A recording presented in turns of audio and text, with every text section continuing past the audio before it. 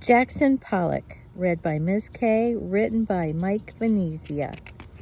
Ms. K is also known as Jenni Souter in the World Wide Web. Jackson is best known for his huge paintings he made by splattering, throwing, and dripping paint onto his canvas. This is called Galaxy by Jackson Pollack, 1947.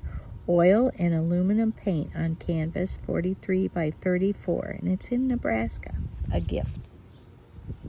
Jackson used old hardened brushes and sticks and anything else he could find that would splatter on the paint the way he liked.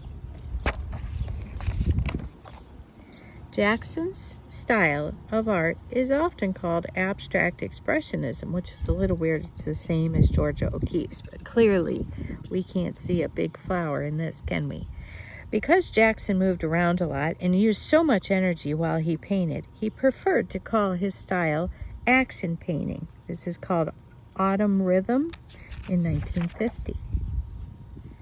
All right, and this one is 238 inches by 97 inches. All right, Mural by Jackson Pollack, and it's oil on canvas. So murals don't have to be actually painted on the straight on the wall.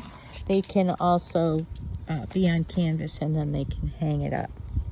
Jackson Pollack also wanted people to feel and see the energy he felt while painting. Even though you can't recognize any objects in Jackson's most famous painting, they are filled with expression, movement, and rhythm. Hopefully they'll show. He laid it on the ground. He couldn't have it on the wall because he was dripping. Here, like this. While Jackson was growing up, his family moved all over the western states, usually from one ranch or farm to another. No matter how much work needed to be done, Mrs. Pollack always preferred to see her sons working on anything having to do with art. It was probably because of her encouragement that 3 of Jackson's older brothers also became artists. When Jackson was 8 years old, his family moved to Janesville, California.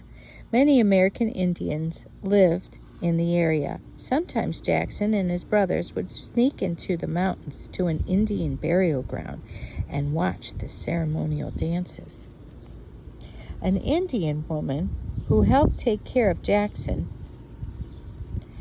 and his brothers often told them Indian legends and stories. Years later, Jackson put mythological Indian creatures and symbols into some of his paintings. This is from 1941. It's called Bird by Jackson Pollack, 27 by 24. It is in the Museum of Modern Art, my favorite museum in the world, in New York. When Jackson Pollack was just beginning high school in California, his oldest brother, Charles, was studying to be an artist in New York City. Charles often sent Jackson art magazines and wrote him letters about what he was learning. Jackson always admired his older brother's talent. When Jackson was 18, his brother Charles returned home for a visit. When it was time for Charles to return to New York, Jackson went with him. He had decided to become a serious artist too. When Jackson got to New York, he entered the same art school that Charles was going to, and he had the same teacher, Thomas Hart Benton. This is Thomas Hart Benton's artwork. It's called Arts of the West from 1932, so this is his teacher. Thomas Hart Benton was already a famous American artist at the time. He was known for his large murals. A mural is a huge painting to cover a wall or ceiling of a building. Jackson helped Thomas Benton on some of the murals by posing, mixing paints, and cleaning his studio. Jackson learned how large paintings were made and tried to make his paintings look like Thomas Benton's. But Jackson had a difficult time giving his paintings the feelings and finished look he thought Thomas Benton would like. This is called Going West by Jackson Pollack, 1934. Oil on fiberboard, 15 by 20. Jackson Pollack always seemed to have trouble drawing things too. No matter how hard he tried to make his drawing look the way he wanted, he just couldn't. It was almost like his hand and pencil refused to do what he wanted them to do. Jackson often became angry and upset, but teachers kept working with him because they knew how much he wanted to be an artist. The dark, gloomy look Jackson gave himself in the painting above might show how frustrated he felt. And it's called Self-Portrait by Jackson Pollack, 1930, oil on gesso ground on canvas mounted on composition board. And it's only 5 by 7 inches. So look at a 5 by 7 frame, that's how big it was. One day, Jackson joined the workshop of Mexican mural painter David Siqueiros, and his friends were experimenting with new types of paint and different ways of painting. They mixed oil colors with paint used for cars. They poured their colorful mixtures onto large canvases and spray painted different surfaces just to see what would happen. And if you're becoming an artist, try that. Jackson was surprised. He noticed that beautiful and interesting shapes were being created. Jackson thought that what he was learning at Siqueiros' workshop might help him create his own art without having to draw perfectly. Everything happens for a reason, friends. During this time, Jackson learned all he could from the artwork of other modern artists whose paintings were shown at museums and galleries all over New York. Jackson loved the mysterious, frightening, dreamlike scenes of Jose Orozco painted in his murals. The strong, powerful shapes and symbols Pablo Picasso used reminded Jackson of the American Indian art and brought back memories from his past. Okay, this is called Guernica, perhaps Picasso's most famous work. Okay, that's not him though. And this is Orozco, and this is called The Epic of American Civilization, Gods of the Modern World by Jose. This is called Male and Female by Jackson Pollack, 1942, 73 by 49, and it's a gift. Jackson started to combine all of the things he had learned with shapes and symbols from his own imagination. Soon his paintings started to look very different from anything he'd done. He was finally developing his own way of painting, and people began to notice his brightly colored work. You're the artist, you decide. Stenographic Figure by Jackson Pollack, 1942, oil on linen, 40 by 56. Jackson kept using his imagination and began to create paintings that were really different. Symbols and shapes started to disappear and his works became larger.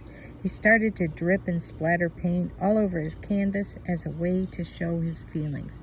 This is called Blue Poles. I see some blue here and here. By Jackson Pollack, 1952, oil enamel and aluminum paint, glass on canvas, 83 by 185 inches. In 1945, Jackson bought a farmhouse and married his girlfriend, Lee Krasner. Lee was an artist too. She used one of the bedrooms of their house for a studio, and Jackson used the barn. This is from 1951. Jackson usually tacked his canvas to the barn floor. He liked to walk around and be in his painting while he worked. This way, Jackson felt like he was really a part of it. Not really like that, though. He just stepped on it. Jackson Pollack died in a car accident in 1956 when he was only 44 years old. Even though he became famous during his life, he was often very unhappy. Important people from all over the world loved to talk and write and argue about his exciting new paintings, but hardly anyone bought his work until years later. This is called Night Sounds. This is called White Light. Sometimes people have trouble understanding Jackson Pollack's paintings. They feel that anyone could have thrown paint around and done just as good of a job. But Jackson knew exactly what he was doing. When you stand in front of a huge Jackson Pollack painting, you can get the feeling of being surrounded by light and color and movement and energy that is very exciting. This is called number 13, Arabesque by Jackson Pollack, 1948, 37 by 116, oil on canvas. It's a good idea to see Jackson Pollock's paintings in person. The special feeling you get when being an explosion of color and energy has a lot to do with their large size. The metallic and other different types of paint Jackson used to help add to that feeling too. Detail of composition with pouring too. And nowadays, friends, look up acrylic painting. Acrylic pouring. It is a great, cool new way to paint. And unfortunately, Jackson did drink, and I'm worried that maybe that is why he got in the car accident. So friends, don't drink and drive. Love you guys. Stay safe. Bye-bye.